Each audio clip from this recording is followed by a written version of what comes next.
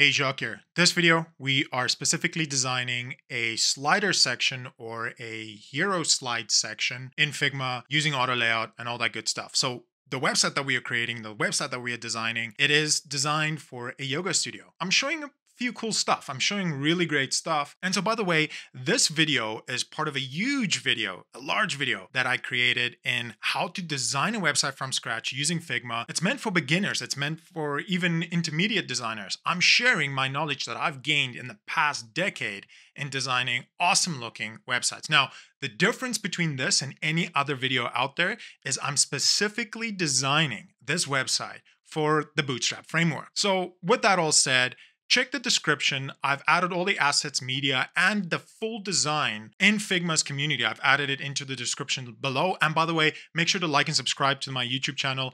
I am going to drop a video into how to develop this full Figma design in Bootstrap using Docker as well and using Visual Studio Code, all the good stuff. Now, just a quick side note, just a quick thing before we jump into this. Make sure to check out the full video. It's a full course. Everything is free. All the assets are free. You can download it. You can use it.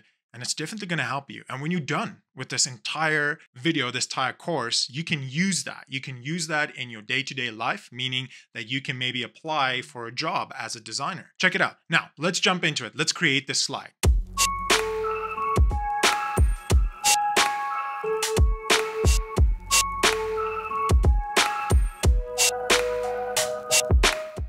All right, so now that we've completed the main menu and or the navigation of a website, the next step is to focus on the actual slider.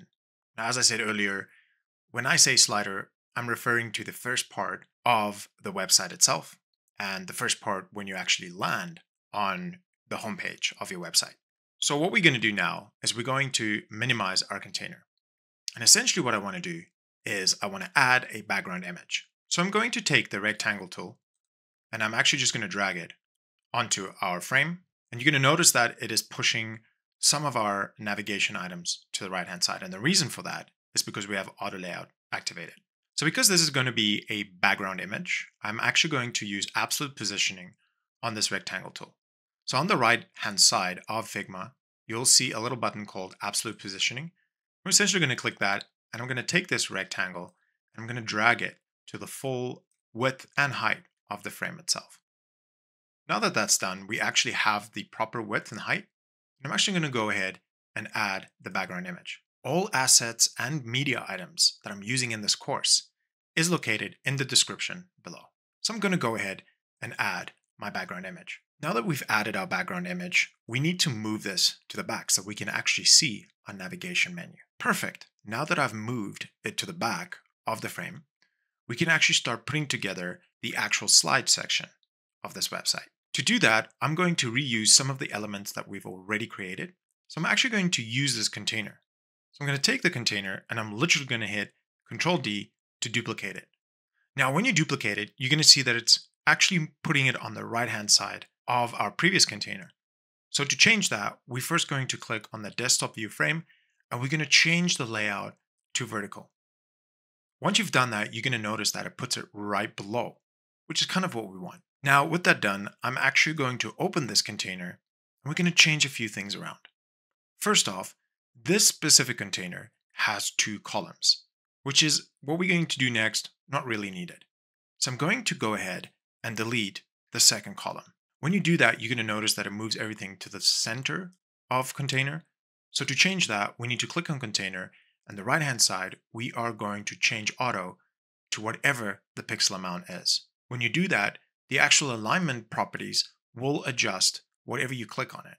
So if I click on the middle or right or left, you'll see that it moves whatever is inside, it will move it to that. Now that we've changed container, the next thing I want to do is actually regroup it. And the reason for that is because I want to make sure that my naming convention is correct. So I'm going to call this section 1.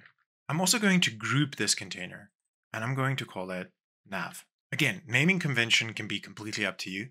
It doesn't need to be a specific way. It's whatever works best for you. Okay, so now that we have section 1, we're actually going to start putting things together. The first thing I want to do is actually open up container, and we're going to add an extra few things here. So I'm going to go ahead and actually delete the primary logo. And you can see we still have our guideline there, which is perfect. we can leave that for now. I'm just going to hide it. The next thing we need to do is take the text tool and we're actually going to drop it. For now, I'm just going to type in yoga. That's okay for now. But we're going to change the properties of this specific text. And I'm going to click on the little properties and we're going to go look for display.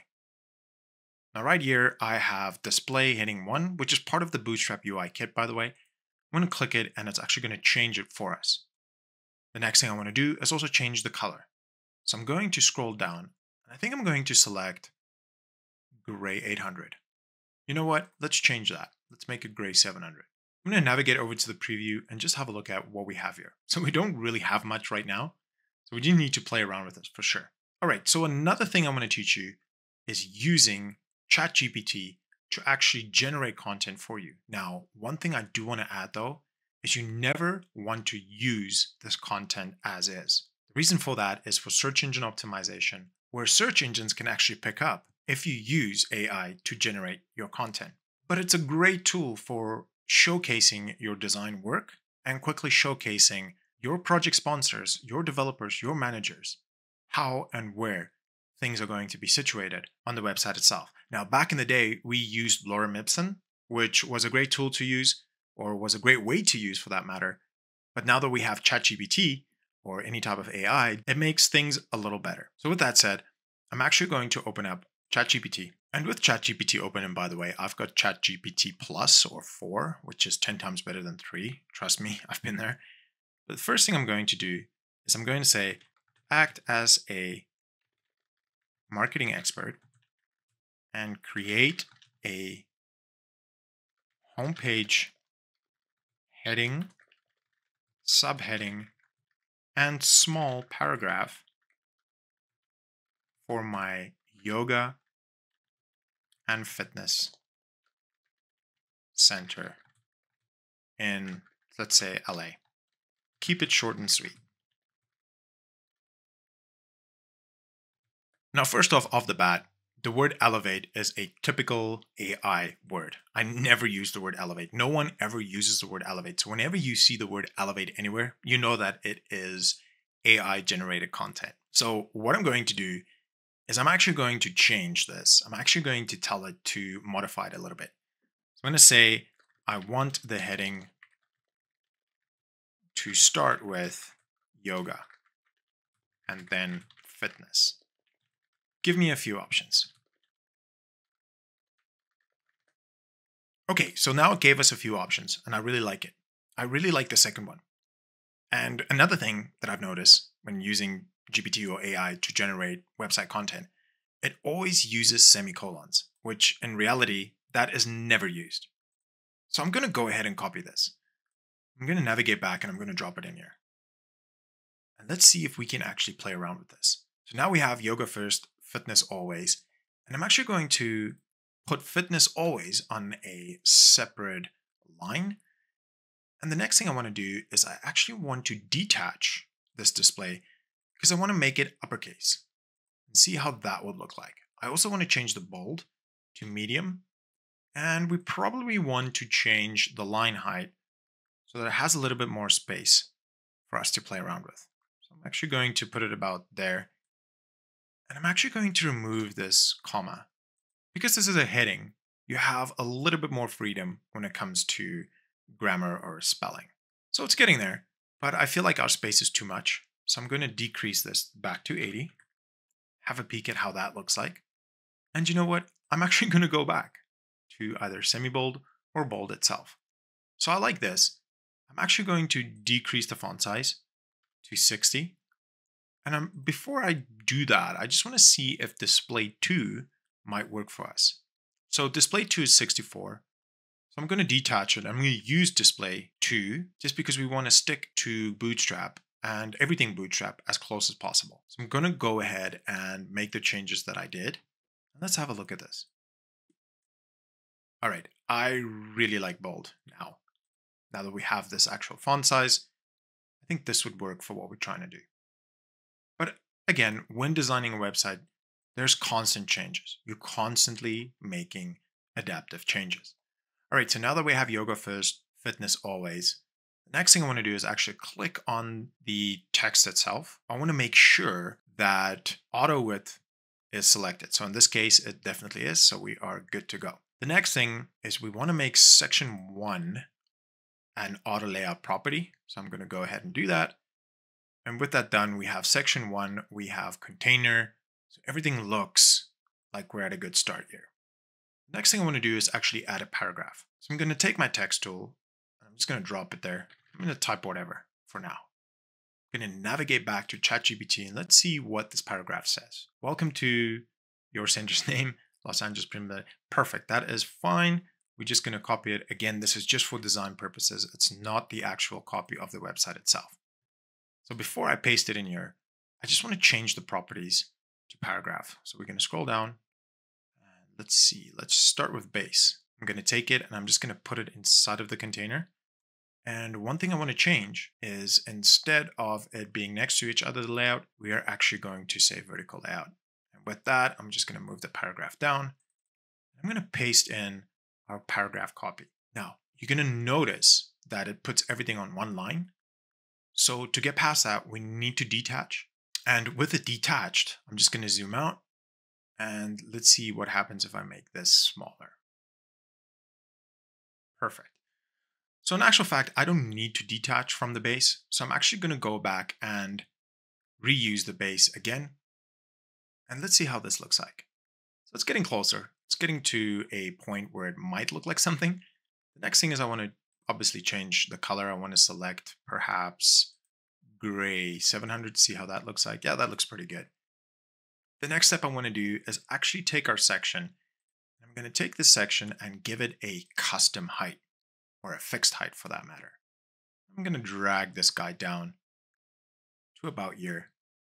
And I'm going to take the actual alignment. I'm going to put it in the center left so it moves everything down. Now I can actually adjust my height to get this where I want it to be. So I feel like there should be a good spot for it to be for now. The next thing is I want to add a button before we do anything else. So I am going to go to my assets. I'm going to take a button and we're going to drop it in here. And as you always drop things in, it's not always going to put it where you want it, but in this case, it looks like it did. With that, the next thing I want to do is move around or modify the spacing between the heading, the paragraph, and the button. Now, when it comes to adjusting the spacing between the heading, the paragraph, and the button, there's a few things you need to know. First off, when you work with font, you're not always going to have an absolute height. And the reason for that is when you click on it, you'll notice that it has a bit of space at the bottom and a bit of space at the top. So if you're like me, an absolute designer, something like this is definitely going to bug you. So to get past that, one thing you can do is you can navigate to the right-hand side and you can say align middle for both the heading and the paragraph. So once that's done, we're going to take this and we're going to move it to a point where it's nice and snug like that. I'm going to do the same for the paragraph itself. And the reason we're doing that is so that we can have absolute spacing between these items. Now with that done, I'm going to go back to the container and I'm going to change the gap. So let's say 35. You know what? Let's work on 48. So that will be spacing 5 in Bootstrap. So when we go to the Bootstrap documentation and we type in spacing, you'll notice that we have spacing 0 to spacing 5. And if you convert this from the actual base rem, that is 48. So going back to the design, I'm going to preview this. It's getting there. It's looking like something. We just need to fine tune it because obviously it's off aligned at this stage. So the next thing I want to do is get our container to be right where we want it to be. So I'm going to go back to the section and I'm going to adjust our section a bit so that we can move it to where I want it to be. Now, obviously there's different ways of doing this. I like to be in a little bit more control when it comes to the actual movement of my text. There we go. I like this. The only thing I would like to change is detach from the base. We're actually going to change the line height to 34. And when I do that, I need to change the height, adjust the height as well. And let's see how that looks like. There we go. Now we're looking like something. All right, perfect. All right, so the next thing I want to do is I want to work on this button. So I'm going to change the text within. So let's change it to book a session. I just want to hit preview mode and have a look. I'm actually going to take this button and I'm going to group it. And the reason I'm grouping that is because I'm going to activate auto layout on this. We're going to make sure that vertical layout is set to horizontal layout. and I am going to take this button and duplicate it. Now, once the button is duplicated, I'm going to change it to outline. I'm going to see how that looks like. Definitely not what I want. Let's double click on that and let's see what happens if soft is selected.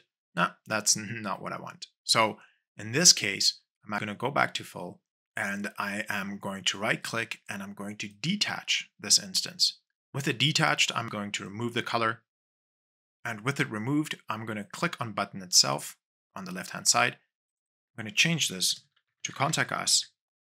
And last but not least, I'm going to change the color. We're going to select 800.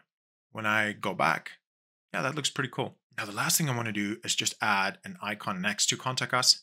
So I'm going to click on the actual text, open up our plugin, Iconify. And once it's open, I'm going to look for arrow right. Again, these are not the arrows I'm looking for. So let's add caret. Let's see if that helps. No, it doesn't. So caret, let's just type that in, see what we get. I'm actually going to search for caret right. Let's see if that helps. There we go. That's what I'm looking for, is that icon right there. And we're just going to make sure it's 25. That's fine. We can import it. We can modify it once it's imported. And I just want to change again, comes in as a frame. I'm just going to change it as a group. I'm going to minimize this. I'm just going to drag it down. And I think we are there. All right. So now we just want to change the spacing a little bit between the items. So I'm going to change that to 12. Let's see how that looks like. Yeah, that looks pretty good. I like where we're going with this. Again, we're going to modify this as we go. But one thing I quickly want to do is just change this to great fitness. Okay, so now that we've changed this up, we've essentially created a beautiful looking slide section. We can definitely modify this and improve this and make it better as we go through the entire process. All right, so that's the slide section. The last thing I want to do is just modify the image a little bit. And when I say modify, I'm just going to move it up a little bit. I feel like your hand is cutting off here at the bottom. So I just want to improve that a little bit. So I'm going to go back to our rectangle one, change the wording to background. And I'm just going to move her up a tiny bit. So to do that, we're going to change the full to crop. You're going to hold in shift and you're just slightly going to move up the image. I don't want to do this much because I don't want her to cut into the text and I want the spacing between her and the text to still be consistent. Perfect. Let's look at our demo. That looks pretty good. Getting to a point, again, we're going to modify this as we go through this entire video. I feel like it's not 100% there yet, but it's a good start. The next section we're going to work on is the actual services section.